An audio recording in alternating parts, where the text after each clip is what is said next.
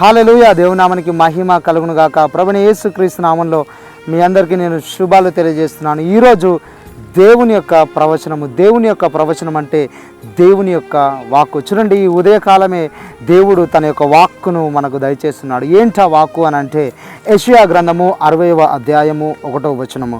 Isaiah chapter 60:1. నీకు వెలుగు వచ్చి ఉన్నది, లెమ్ము తేజరిల్లుము, యెహోవా మహిమ నీ మీద ఉదయించెను.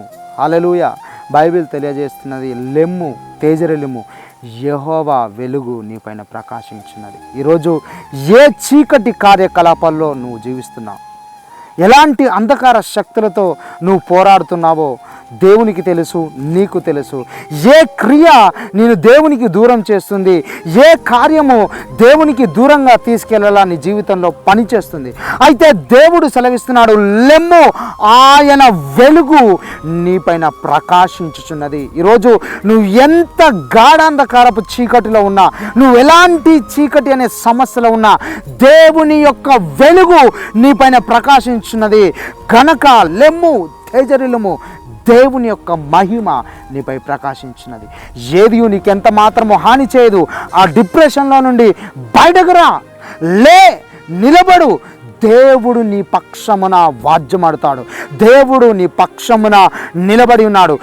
ఎవరు నిన్ను మోసము చేయాలని చూసినా, ఎవరు నిన్ను నష్టపరచాలని చూసినా నువ్వు దిగులు పడవలసిన అవసరం లేదు. ఎందుకంటే యెహోవా మహిమ నీపై ప్రకాశించినది, దేవుని యొక్క వెలుగు నీపై ప్రకాశించినది.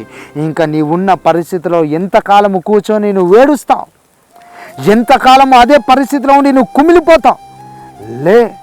లెమ్ము, దేవుని యొక్క వెలుగు నీపై ప్రకాశించినది. నీ పరిస్థితి నుండి నువ్వు లెమ్ము, నీ పరిస్థితి నుండి దేవుడు నిన్ను అనేకులకు ఆధారముగా మార్చబోతున్నాడు. నీ దేవుడు నీకు నమ్మకస్తుడు. హల్లెలూయా. దేవునికి మహిమ కలుగును గాక. ఈ వాగ్దానంను ప్రభు ఈ రోజు నీ జీవితంలో స్థిరపరిచి నెరవేర్చును గాక. God bless you. దేవుడు దీవించును గాక.